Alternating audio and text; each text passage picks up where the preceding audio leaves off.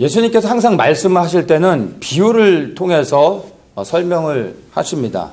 그리고 예수님의 비유를 들어보면 대부분 비유 하나만 딱 들으면 예수님이 이런 말씀을 하시려고 하는 거구나 하고 비유를 통해서 예수님이 하시고자 하는 말씀의 본질들을 바로 이해할 수 있습니다. 그래서 예수님이 아주 비유를 아주 적절하게 잘 사용하셨습니다. 예를 들어서 특히 이제 천국에 대한 비유, 천국은 마치 이러시면서 많은 예화들을 들죠. 근데 그런 비유들을 딱 들으면 그렇구나. 그래서 우리가 천국을 사모해야 되는구나. 이렇게 딱 쉽게 비유를 통해서 우리가 예수님이 말씀하시고자 하는 핵심들을 바로 우리가 찾아낼 수 있습니다. 근데 오늘 우리가 보게 되는 이 본문에 비유가 나오는데 이 비유는 제가 생각할 때 예수님이 하신 비유들 가운데서 조금 어려운, 그래서 보통 우리가 좀 잘 이해하지 못하는 그러한 비유의 본문이 아닌가 그런 생각을 좀 하게 됩니다. 오늘 이 비유의 메시지를 우리가 좀 바르게 이해하고 이 비유 안에 담겨져 있는 어떤 영적인 진리들이 있는데요. 그 말씀의 진리들을 우리가 좀 바로 깨닫고 그 말씀이 실제로 우리의 삶 속에서 능력으로 나타나기를 또 우리가 좀 소망하면서 한번 이 말씀을 보도록 하겠습니다. 1절 말씀을 제가 한번 읽겠습니다. 또한 제자들에게 이르시되 어떤 부자에게 청지기가 있는데 그가 주인의 소유를 허비한다는 말이 그 주인에게 들린지라. 한 부자가 있는데 그 부자의 재산을 관리하는 매니저가 있었습니다. 그래서 이제 청직이라고 말하고 있는데 이 사람이 주인의 재산을 잘 관리해서 이익을 남기는 게 아니라 그것을 허비해가지고 낭비했습니다. 그래서 주인이 그것을 알게 돼서 2절에 보면 이제 주인이 그를 책망하면서 곧 있으면은 이제 그가 가지고 있던 그 매니저의 역할에서 쉽게 얘기해서 이제 파이어 된다는 것을 통보를 받고 있는 상황입니다. 곧 있으면 이제 직업을 잃게 되는 거예요. 이런 상황 가운데서 이 청지기가 고민을 하게 됩니다. 이제 내가 곧 있으면 실업자가 되는데 그럼 내가 어떻게 먹고 살아야 되는가, 어떻게 할 수 있을까 하고 고민을 하게 되고 있는 것입니다. 그래서 3절에 이런 고민을 하죠. 내가 무엇을 할꼬? 땅을 파자니 힘이 없고 빌어먹자니 부끄럽구나 하면서 지금 직업을 잃고 난 후에 어떻게 해야 될지를 몰라 고민하다가 그가 4절에서 한 가지 꾀를 내게 됩니다. 4절에 내가 할 일을 알았도다 이렇게 하면 직분을 빼앗긴 후에 직업을 잃은 후에도 저희가 나를 자기 집으로 영접하리라 하면서 그 꾀를 냈어요. 이제. 그게 뭐냐 하면 이제 5절부터 나오는 건데요. 이 본문을 이렇게 보면은 주인에게 빚진 사람들을 한 명씩 일일이 다 불러 모읍니다. 그래서 묻는 거예요. 넌 빚을 얼마나 줬습니까? 이렇게 물을 때 저는 기름 10마리입니다 했더니 그러면 내가 50으로 해줄 테니까 이 증서에다 사인해라. 그래서 이제 증서에 사인하면 이제 50이 되는 거야. 그리고 이제 보내는 거예요. 그리고 또 다른 사람을 부릅니다. 당신은 얼마나 빚을 졌습니까? 네, 밀 100석입니다 했더니 여기 80이라 써줄 테니까 여기 사인하십시오. 보내는 거예요. 이런 식으로 해서 주인에게 빚을 진 수많은 사람들을 일일이 다 불러서 이제 빚을 쉽게 얘기해서 탕감해주고 있는 것입니다. 그러니까 지금 아직은 청지기의 사무를 담당하고 있기 때문에 이것을 보면 이 청지기의 권한이 어느 정도인지를 우리가 좀 생각해 볼 수 있는 거예요. 주인이 이 청지기에게 재산을 맡길 때는 주인의 재산에서 어느 정도를 탕감해 줄 수 있을 만큼의 그 권한도 제공해 줬다라는 것을 우리가 알 수 있습니다. 그래서 빚을 탕감받는 사람은 뭐 주인과 이 청지기의 관계는 뭐 상관할 바가 아니죠. 중요한 건 자기가 빚을 탕감받는 거예요. 근데 이 지금 종은 자기의 권한을 가지고서 빚을 주인에게 허락받지 않는 상태로 그냥 이렇게 탕감해주고 있는 거예요. 그래서 많은 주인에게 빚을 진 사람들을 불러서 다 이런 식으로 해가지고 빚을 막 탕감해주고 있는 것을 우리에게 보여주고 있습니다. 그러니까 뭐 오늘날 우리에게 적용을 해서 말한다면은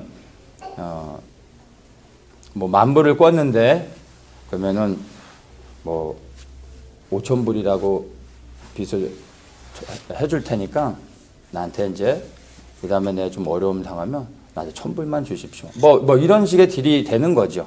오는 식으로 이제 얘기를 한다면. 자, 그렇게 해가지고, 수많은 주인에게 빚진 사람들의 그 빚을 탕감해 주었습니다. 근데 이제 문제는 이렇게 하고 난 다음에 8절에 보면 주인이 이 옳지 않은 청지기가 이를 지혜 있게 하였으므로 칭찬하였으니 라고 말하고 있습니다. 그러니까 이 일을 칭찬하고 있는 겁니다. 이제 여기서 우리가 이제 우리 그리스도인들이 좀 혼돈되기 시작하는 것이죠. 과연 이 종이 이렇게 한 것이 잘한 것인가? 그러면 우리도 이렇게 한 것처럼 이 청지기와 같은 방식으로 살아야 되는 것인가? 그게 우리에게 요구하신 것인가? 라고 우리가 생각하게 되는 것입니다. 그래서 이 비유의 말씀을 잘못 이해하면은 우리가 오해할 수 있고, 잘못하면 세상의 사람들과 별반 다르지 않게 이 나의 육신의 안위를 위해서 이렇게 살아갈 수 있게 되는 것입니다. 그리스도인들에게 이렇게 살아가라고 요구하시는 것이 아니라 이제 이 말씀의 이 비유의 본질을 8절 후반에 이렇게 얘기합니다. 이 세대의 아들들이 자기 시대에 있어서는 빛의 아들들보다 더 지혜로움이니라. 이렇게 말하고 있는데 이것을 새 번역으로 보면 조금 더 부드러운데요. 이 세상의 자녀들이 자기네끼리 거래하는 데는 빛의 자녀들보다 더 슬기롭다라고 이제 말하고 있습니다. 여기서 이 세대의 아들들과 빛의 아들들을 대조시키고 있어요. 그걸 통해서 우리가 좀 분별할 수 있는 게 이 세대의 아들들이라고 하면 우리가 조금 클리어하지 않습니다. 근데 빛의 아들들을 보면은 이 세대의 아들들이 누구를 얘기하고 있는지를 우리가 알 수 있습니다. 빛의 아들들은 말 그대로 세상에서 구별되어진 그리스도인들을 말하는 것이죠. 그러면 빛의 아들들과 대조하고 있는 이 세대의 아들들은 하나님을 믿지 않는 세상에 속한 사람들, 육신의 삶을 살고 있는 사람들, 눈에 보여지는 세상의 것들이 전부로 알고 살아가고 있는 사람들을 이 세대의 아들들이라고 말하고 있는 것입니다. 그런데 바로 이 땅에 소망을 두고 살아가고 있는 그러한 사람들이 그리스도인들보다 세상을 살아가는 방식에 있어서는 더 지혜롭다라고 말씀을 하고 계신 것입니다.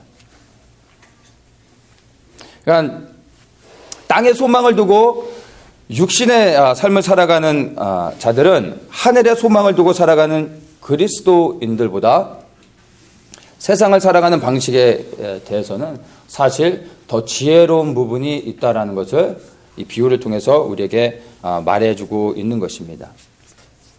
사실 이 세상이 전부가 돼서 살아가는 사람들에게는 지금 이 청지기의 삶의 방식이 사실은 지혜가 되는 거예요. 왜냐하면 이 육신을 입고 살아가는 삶이 모든 것이 되어버린 사람들이기 때문에 어떻게 하든 내 육신이 잘 되면 끝나는 거예요. 어차피 죽으면 모든 게 끝나버리니까 이 땅을 살아가는 날 동안 내가 원하는 것을 어떠한 방식으로든 얻어내면 그게 전부가 돼버리는 것이죠. 그래서 이 세상에 속한 사람들에게는 이 세상에서 자기가 원하는 것을 얻을 수 있다면 무슨 방법을 해서라도 그것을 얻어내면 그게 최고로 성공한 삶이 되는 것이라는 것을 우리에게 말해주고 있습니다. 자, 이 세상이 전부가 돼서 살아가는 육신에 속한 사람들에게는 이것이 지혜이지만 하나님을 믿는 우리 그리스도인들에게 있어서는 결코 이러한 방식이 지혜는 아닙니다. 그래서 우리가 이 부분을 오해해서는 안 됩니다. 말씀드린 것처럼 육에 속한 사람, 즉 영원한 천국을 소망하지 않는 사람들에게는 보여지는 게 다기 때문에 이 세상이 전부고 끝이고 모든 것입니다. 그래서 그들이 이 땅에서 자기가 원하는 것을 얻기 위해서 무엇을 하더라도 사실은 그것이 맥센스가 될 수 있어요. 그러나 영원을 사모하고 그 영원한 생명 그리고 그 천국을 소망하고 살아가는 우리 그리스도인들에게는 보여지는 세상의 삶이 전부가 아니기 때문에 이러한 삶을 살 수 없습니다. 그래서 좀 더 이제 구체적으로 이제 말해주는데요.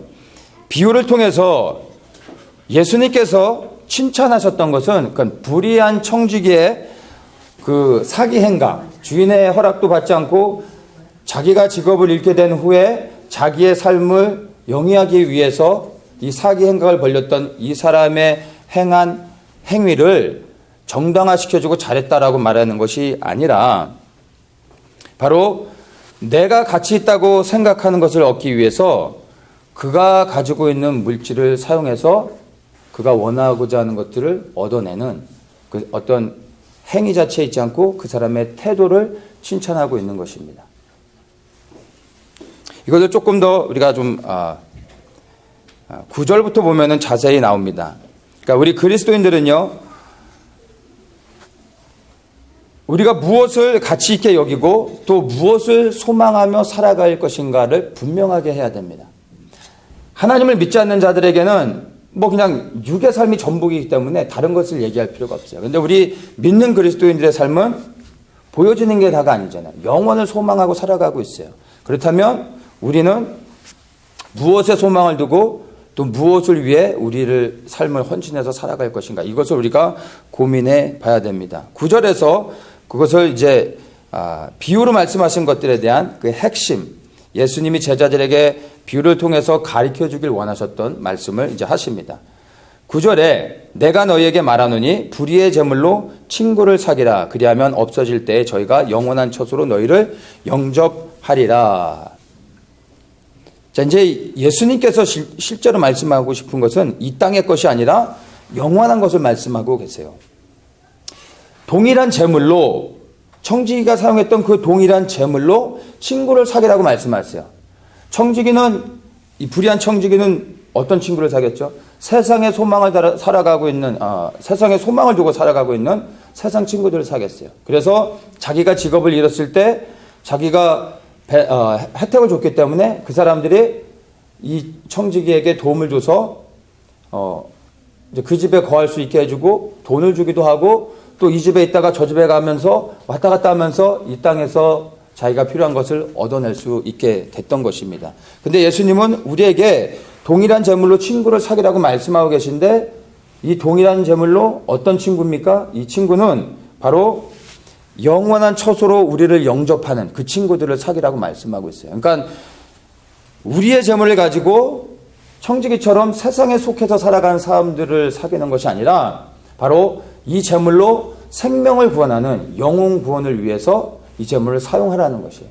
그래서 이들이 나의 도움을 통해, 내가 섬김을 통해 예수님을 영접하고 구원을 얻어서 이들이 천국에 간 후에 이들이 증인이 되어져서 예수님께 얘기하는 것이죠. 저 사람이 정말 내가 이 땅을 살아가는 날 동안 나를 선히 도와줬고 내게 복음을 전했고 믿음을 지키며 살아갈 수 있도록 도와준 사람입니다 라고 얘기함으로 이제 그들이 증인이 되어져서 그들을 통해서 영원한 처소, 즉 우리의 소망 천국으로 들어갈 수 있도록, 그들이 너희를 영접할 수 있도록 그렇게 재물을 사용하라라고 말씀해 주고 있습니다.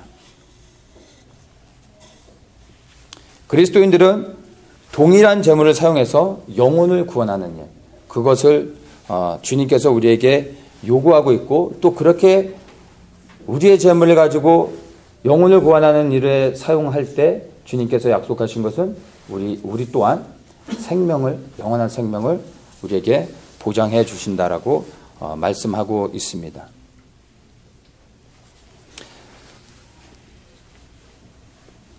우리가 정말로 천국의 소망을 두고 살아가고 있다면 우리에게 허락해 주신 재물이 많고 적고를 떠나서 그 재물들이 영혼을 구원하는 것으로 사용될 수 있도록, 그렇게 흘러갈 수 있도록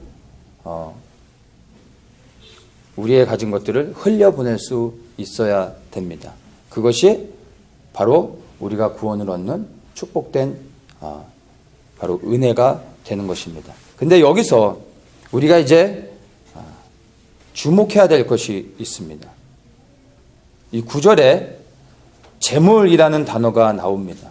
그리고 11절에 동일하게 또 재물이라고 나오고 13절에도 동일한 이 재물이라는 단어가 나오는데 이 재물이라는 단어에 쓰여진 의미를 우리가 좀 분명하게 좀 이해할 필요가 있습니다. 이 재물이라는 단어를 헬라에서 지금 뭐라고 쓰고 있냐면 맘몬이라는 단어를 썼습니다. 이 맘몬이라는 단어는 성경에서 딱 누가복음하고 마태복음 두 군데서밖에 안 나옵니다. 우리가 보고 있는 이 누가복음 16장에서 이 9절, 11절, 13절에서 쓰이고 그 다음에 마태복음 6장 24절에서 13절의 본문의 내용과 아주 동일하게 사용되고 있습니다.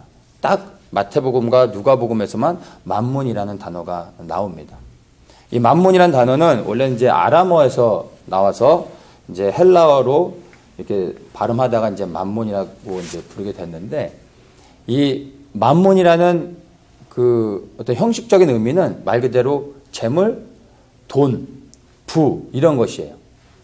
그런데 이 맘몬이 가지고 있는 원래 그 의미는 조금 다릅니다. 뭐라고 설명하냐면 It is personified and opposite to God. 그러니까 personified 이게 인격화됐다라는 거죠. 그러니까 하나님을 반대하는 어떤 인격을 가진 존재. 그러니까 이게 영적인 존재를 말하고 있다고 우리가 이해하면 됩니다. 그리고 또 이 맘몬을 어떻게 설명하냐면 the God of rich, 그러니까 부의 신, 재물의 신 이렇게 설명하면 되겠죠.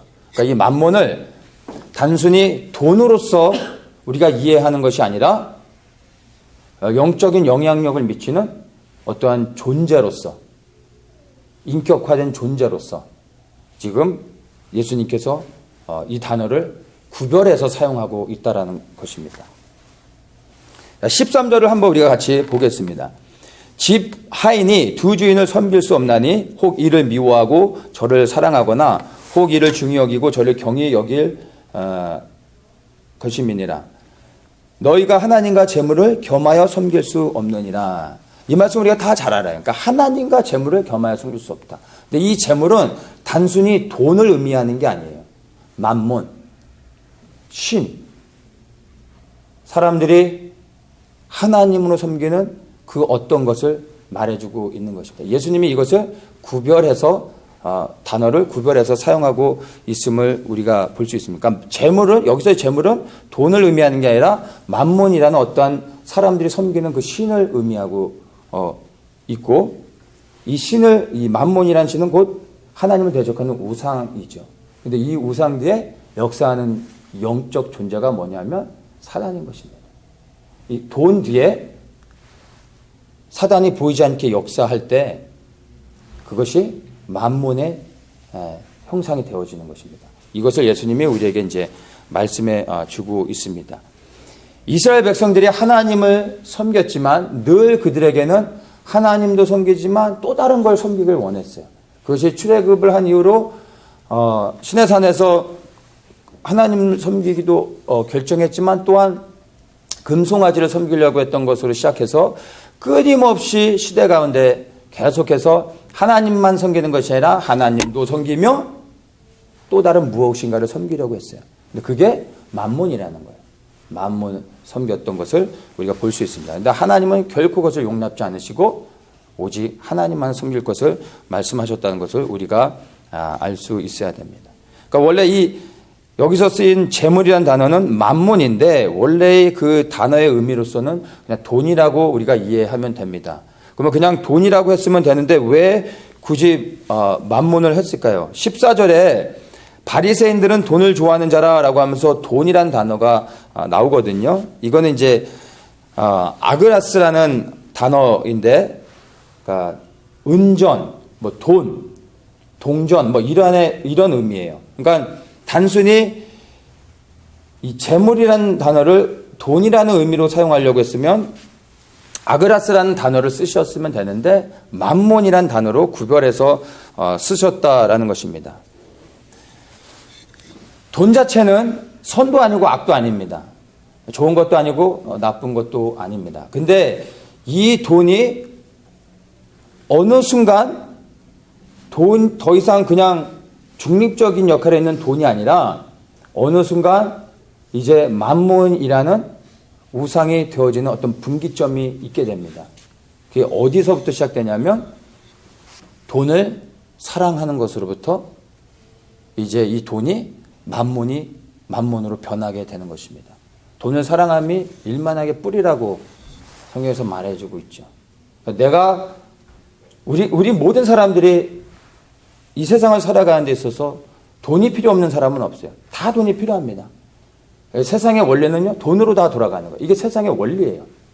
그래서 돈 없이 살아가는 것은 참 어렵습니다. 돈이 다 필요해요. 그런데 돈이 필요해서 필요한 돈을 구하고 내 필요에 따라 그것을 사용하는 것과 돈을 좋아하는 것은 다릅니다.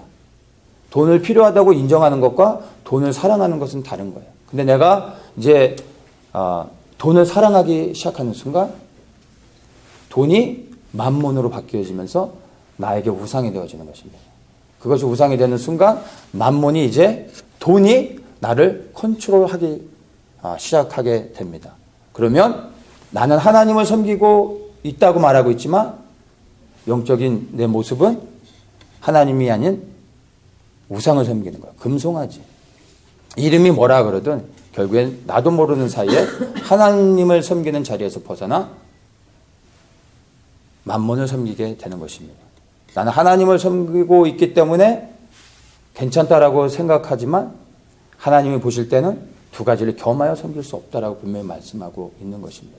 그러니까 돈을 사랑하는 순간 우리도 모르는 사이에 만몬을 섬기게 되는 것을 말씀하시면서 이 13절에서 하나님과 재물을 겸하여 하나님과 만물을 겸해서 결코 섬길 수 없다라는 것을 단호하게 말씀해 주고 계십니다. 이 만몬 뒤에 역사하고 있는 사단의 영적 실체를 우리가 볼 수 있어야 됩니다. 세상에 만몬을 섬기는 사람들이 있어요. 아시는 분도 있을 겁니다. 많은 이제 연예인들 같은 경우 본인이 유명해지기 위해서 자신의 영혼을 사단에게 파는 사람들이 있어요.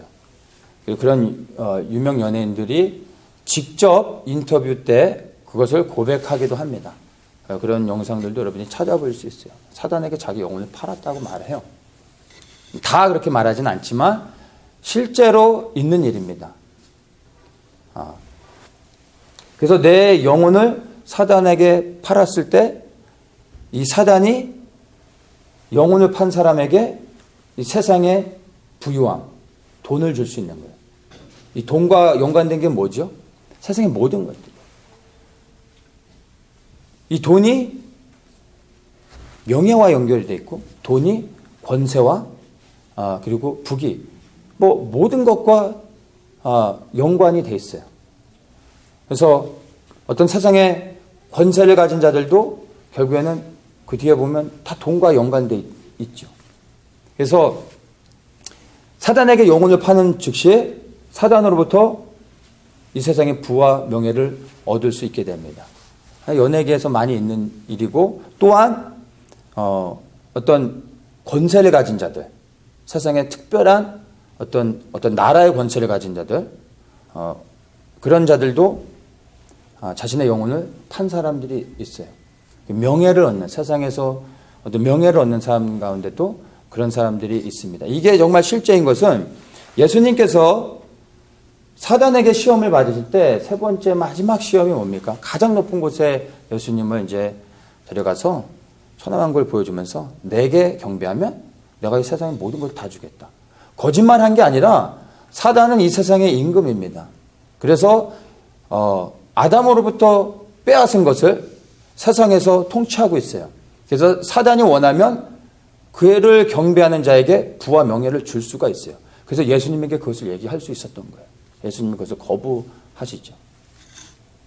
자, 이게 먼저 사단에게 자신의 영혼을 팔고 자신을 내어주고 사단을 아예 그냥 직접적으로 섬기는 그러한 사람들이 있음을 우리가 볼 수 있습니다. 그런데 또 다른 부류의 사람들이 있습니다. 이 사람들은 이제 사단에게 이런 유명 연예인들과 같이 어떤 특별한 사람들처럼 자신의 영혼을 직접적으로 사단에게 팔지는 않았지만 이 사단의 영향력 아래 살아가고 있는 사람들입니다. 그러니까 직접 하지는 않았어요.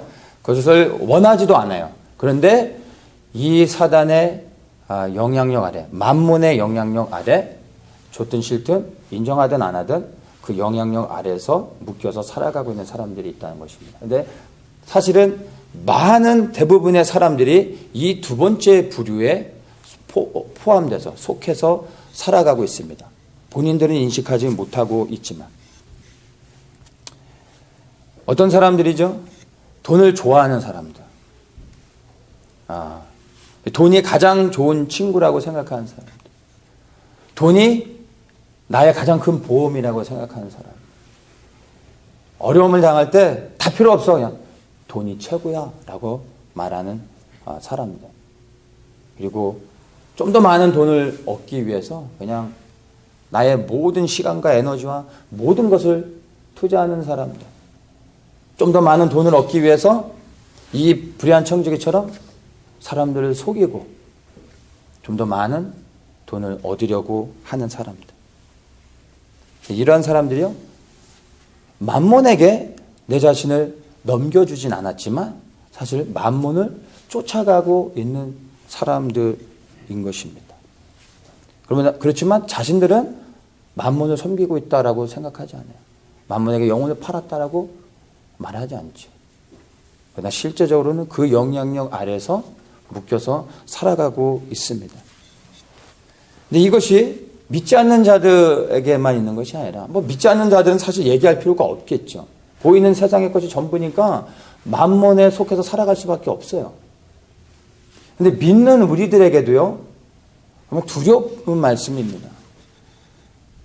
이 만몬의 영향력 아래서 예수님을 믿음에도 불구하고 이스라엘이 끊임없이 우상을 섬기며 배도하고 하나님을 떠났었던 것처럼 하나님을 믿는 우리들, 즉 그리스도인들, 예수님을 구원자일 뿐만 아니라 나의 생명으로 주인으로 여기며 살아간다고 하는 사람들도 알게 모르게 삶의 현장 가운데서 만몬을 쫓아가고 만몬을 붙잡길 원하는 사람들이 있다는 것입니다.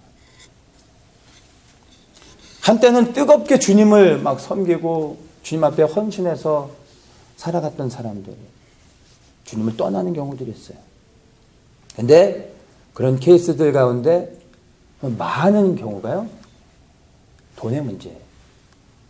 돈의 문제 때문에 하나님으로부터 상처를 받는 거예요. 그리고 실망하는 거예요. 하나님을 원망하게 하는 거예요. 그러면서 하나님을 떠나는 사람들이 있다는 것입니다. 부르심을 받아서 하나님께 헌신하고 정말 뜨겁게 주님을 섬겼다가도 결국에는 눈으로 보여지는 것은 조금 다른 것처럼 보여질 수 있지만 결국에는 돈의 문제예요. 돈의 문제 때문에 끝내는 주님을 섬기는 자리에서 떠나버리는 사람들. 바로 이러한 사람들이 우리 믿는 그리스도인들 안에서 있습니다. 이것이 안타깝지만 하나님을 섬긴다고 하지만 실제 만몬을 원하고 만몬을 따라가고 있기 때문에 일어날 수 있는 일입니다. 마태복음 6장 24절에서도 제가 동일한 본문이 나오고 또 만몬이란 단어를 사용한다고 말씀을 드렸습니다.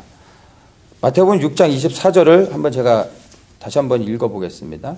한 사람이 두 주인을 섬기지 못할 것이니 혹 이를 미워하며 저를 사랑하거나 혹 이를 중히 여기며 저를 경히 여김이라.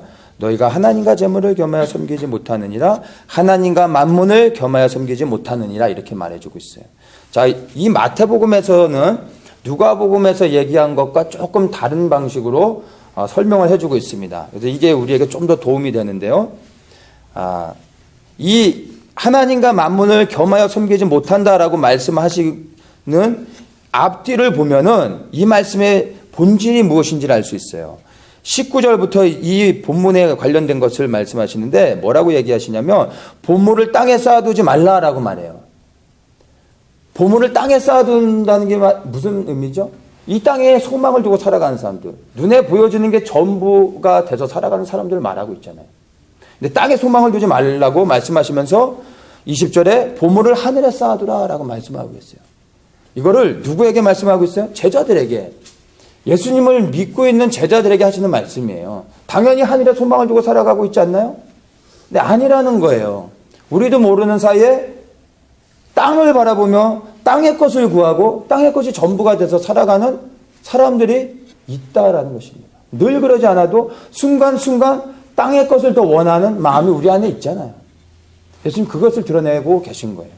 그래서 보물을 하늘에 쌓아두라 라고 우리에게 분명하게 말씀하고 있습니다. 그러면서 25절에 24절 이 말씀을 하고 나서 그 다음에 이제 25절에서 이렇게 말씀하세요. 목숨을 위하여 무엇을 먹을까, 무엇을 마실까, 몸을 위하여 무엇을 입을까 염려하지 말라 이렇게 말씀하세요. 사람들이 왜 염려하죠?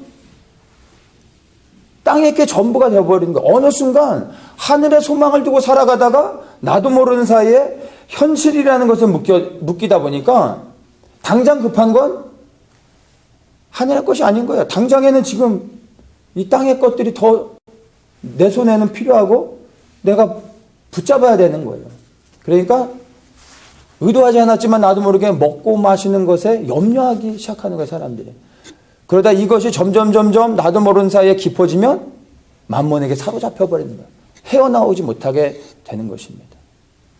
그래서 주님께서 이것을 다시 한번 언급하시는 거예요.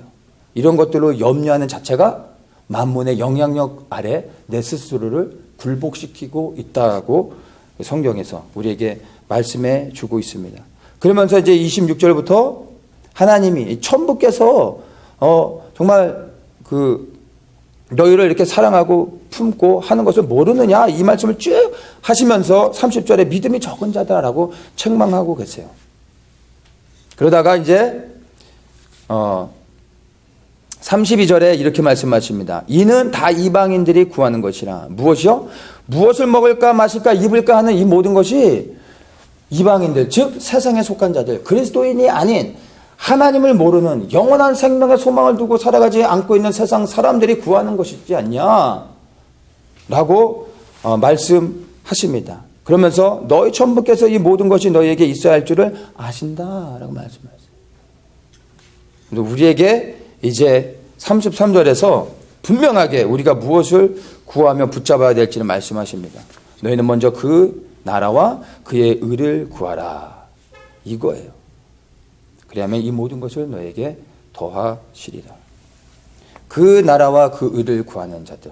근데 이 상황이 뭐예요? 지금 현재 눈에 보여지는 것은 무엇을 먹을까 마실까 입을까 이거를 현실적으로는 구할 수밖에 없는 상황 가운데 있어요. 그런데 너희가 정말 하늘에 소망을 두고 살아가는 자들이라면 이것은 너희들이 구해야 될 것이 아니라 이런 상황 가운데 먹을 것, 마실 것, 입을 것이 필요함에도 불구하고 하나님의 나라와 의를 구하는 것이 바로 믿는 그리스도인들의 책임이라는 것을 말씀하고 있어요. 이렇게 할 때 너희가 구하지 않아도 내가 갚아주고 내가 너희들에게 필요를 공급할 것이다. 그러니까 하나님을 믿는 자들이 먹고 마시고 입는 것들을 공급받는 방법은 이것들을 직접 구하는 것이 아니라 하나님의 나라와 의를 구하는 거예요. 그러면 하나님께서 우리의 필요를 공급해 주신다는 거예요. 그런데 우리는 기도함으로 그것을 공급받길 원하죠. 그 자체가 그런 것을 구하는 자체가 잘못이라고 말할 수는 없겠죠. 때로는 우리가 필요에 따라서 하나님께 부르짖어 기도해야 하며 이것들을 구해야 되기도 합니다. 그런데 지금 여기에서 말하는 본질의 핵심은 뭡니까? 그냥 그게 전부가 되어져서 그냥 먹고 마시고 입는 것을 위해서 예수 그리스도의 이름을 부르고 구하고 있는 거예요. 그렇게 해서 받는 게 아니라 하나님의 나라와 의를 구하며 그 나라를 소망하며 그 나라를 위하여 섬기며 살아갈 때 이런 것은 구하지 않아도 알아서 공급해 주신다는 것입니다. 우리의 자녀들이 밖에 나가서 하루에 8시간씩 일하고 돌아와야 부모가 밥을 줍니까? 그냥 학생의 본분인 자녀의 본분을 집안에서 잘하면 때 되면 알아서 다 먹여주잖아요. 그게 선한 부모들이잖아요. 정말 하나님을 믿으신다면 여러분 우리 하나님이 정말 선하신 우리 아버지라는 것을 믿으신다면 우리의 눈에 보여지는 먹고 마시고 입는 것들, 당장에 우리가 구해야 될 필요가 있다 할지라도 우리는 믿음으로 이걸 내려놓을 수 있어야 돼요. 그리고 하나님의 나라와 이 땅에 실제적으로 임할 그 영광스러운 하나님의 나라를 소망하며 구해야 되는 것이죠. 그것이 주님이 이 본문을 통해 우리에게 정말 원하시는 거예요. 그렇게 할 때 우리의 필요를 공급해 주신다고 약속하고 있습니다. 이 말씀이요, 우리에게 이해되어질 수는 있어요. 그리고 여러분들도 정말 주님을 믿고 주님을 섬기며 살아가고 있다면 이것에 동의하실 수 있을 겁니다. 아니, 동의하실 겁니다. 자, 그런데 문제는 뭐죠? 정말 큰 문제는 우리의 삶의 현실은 그렇지 않다는 거예요. 그렇게 쉽게 이러한 공식화된 이런 것으로 한다고 해서 풀어지지 않는다는 것을 우리의 삶의 현장에서는 우리가 그걸 느끼잖아요. 깨달았지만, 이것을 믿지만 이것이 실제 우리의 삶 속의 능력으로 나타나서 우리가 그렇게 살아가는 것은 또 다른 별개의 문제예요. 이게 우리 안에 있는 이제 고민되어지는, 그리고 우리가 몸부림치며 싸워서 해결해야 되는 어떤 삶의 현장에서 겪는 어려움들입니다.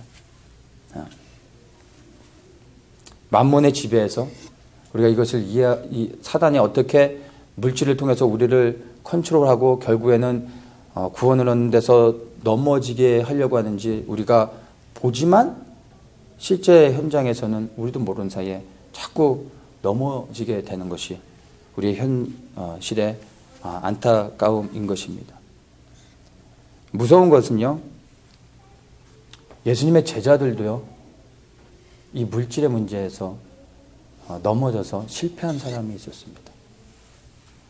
예수님이 12제자를 세우실 때 아무나 세우신 게 아니잖아요. 정말 밤새도록 기도하시면서 구별하셔서 성령의 감동 가운데서 12명을 뽑았단 말이에요. 그러니까 이 12명은 보통 사람들이 아니에요. 정말 생명들의 하나님을 섬길 수 있는 그 마음의 중심들을 보시고 뽑으셨어요. 근데 가룟 유다는요, 은 30에 끝나는 예수님을 팔아버리잖아요. 그가 예수님이 생명인 걸 몰랐나요? 알았어요. 예수님이 생명인 것을, 그분이 하나님이신 것을 알았어요. 알았음에도 불구하고 어느 순간 은 30이 생명을 공급해 주는 예수님보다 삶의 현장에서는 더 크게 보였던 거예요. 이게 더 지금 당장은 나한테는 더 중요한 게 됐던 거예요. 결국엔 그것이 그의 생명을 어때요? 영원한 생명을 놓쳐버리게 됐던 것을 우리가 볼 수 있습니다. 예수님이 정말 성령의 감동 가운데 기도하며 구별해서 세웠던 제자들도 이렇게 실패할 수 있다면 우리는 어떨까요? 우리는 수도 없이 넘어지죠. 두려운 것입니다. 여러분들에게 좌절을 주려고 하는 얘기가 아니고요. 여러분들 우리가 두려운 마음을 가져야 된다는 것입니다. 때로는 우리 믿는 자들에게도요, 물질 때문에 어려움을 겪는 일들을 우리가 너무 많이 겪습니다. 돈 문제죠, 돈 문제. 퀘션들을 해요. 어떻게 우리가 예수님을 믿는데 믿는 자가 복을 받지 못하고 어떻게 물질 때문에 이렇게 어려움을 당할 수 있냐고 하면서 이해할 수 없다라고 퀘션을 하는 사람들도 있습니다. 그러니까 제가 각 사람에게 당하는 그러한 물질의 문제, 이 돈의 어려움으로 겪는 고난들, 그런 것들을 제가 일일이 다 해석해 드릴 수는 없어요. 그리고 제가 알지도 못합니다. 그러나 분명하게 제가 말씀드릴 수 있는 것은요, 그럼에도 불구하고 나의 믿음을 포기하지 않고 끝까지 예수가 그리스도를 믿고 그 예수 그리스도를 소망하며 예수님의 말씀에 순종하며 끝까지 그 믿음을 지키며 살아간다면 이 육신을 벗는 그 마지막 날에는 여러분 영원한 생명을 얻을 수 있다라는 것을 저는 분명하게 말씀드릴 수는 있습니다. 이것이 바로 우리가 고난 가운데서도 물질의 문제로 인하여 어려움을 겪고 있는 가운데서도 그리스도를 섬겨야 하는 단 하나의 유일한 이유가 되는 것입니다. 우리 자신을 돌아봐야 됩니다. 우리는 무엇에 소망을 두고 살아가고 있는가? 세상의 사람들은 보여지는 이 육신의 삶이 전부가 되어져 살아가고 있기 때문에 당연히 돈을 쫓아가며 살아갈 수밖에 없어요. 그러나 우리 믿는 자들은 육신의 삶이 전부가 아니잖아요. 정말 내가 무엇에 소망을 두고 무엇에 가치를 두고 무엇을 쫓아가고 있는지 우리 스스로를 날마다 점검하셔야 됩니다. 정말 내가 영원한 생명을 소망하고 있는가? 보이지 않지만 하나님의 나라가 실제로 이 땅에 임할 것을 믿는가? 그리고 내가 정말 육신을 벗는 그날 주님께서 나를 영원한 천국 본향으로 나를 맞이해 주실 것이라는 그 확신이 있는가? 그것을 확인하셔야 돼요.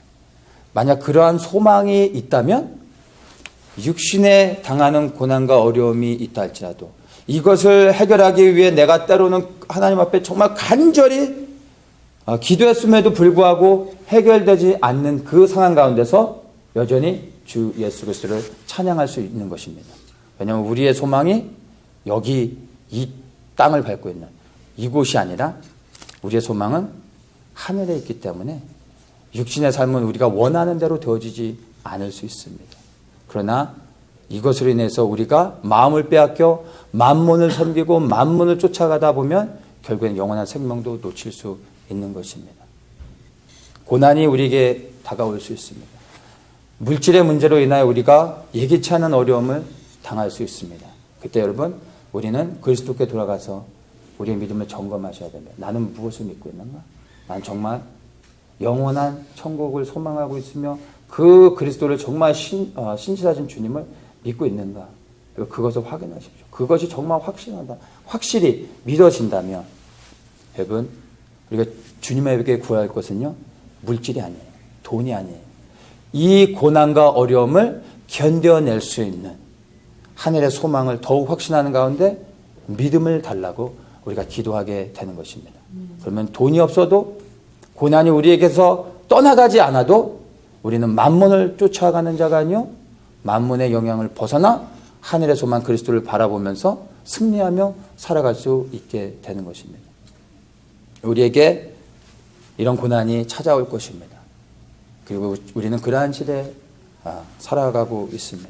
여러분 이제 정말 우리가 무엇에 소망을 둘 것인지 결정하십시오. 그리고 여러분의 그 믿는 바대로 여러분의 삶을 던지십시오. 우리에게 주어진 물질들, 하나님이 우리에게 삶 속에서 공급하신 것들, 크고 적고 상관없습니다. 많고 그런 것과 상관없이 우리에게 있는 것들, 우리에게 허락하신 자원들, 물질들, 건강들, 내 재능들, 이 모든 것들이 복음을 위해, 그리스도를 위해 사용될 수 있도록 흘려보내는 것입니다. 그리고 그러한 섬김을 통해 많은 영혼들이 구원을 받게 되고요. 우리의 이러한 섬김이 곧 우리의 영혼을 구원하게 되는 하나님의 은혜가 되는 것입니다. 영원한 천국 그 생명을 소망하면서 우리에게 주어진 삶의 도전들, 고난들을 넉넉히 이기시는 모든 분들 되시기를 예수님의 이름으로 축복합니다.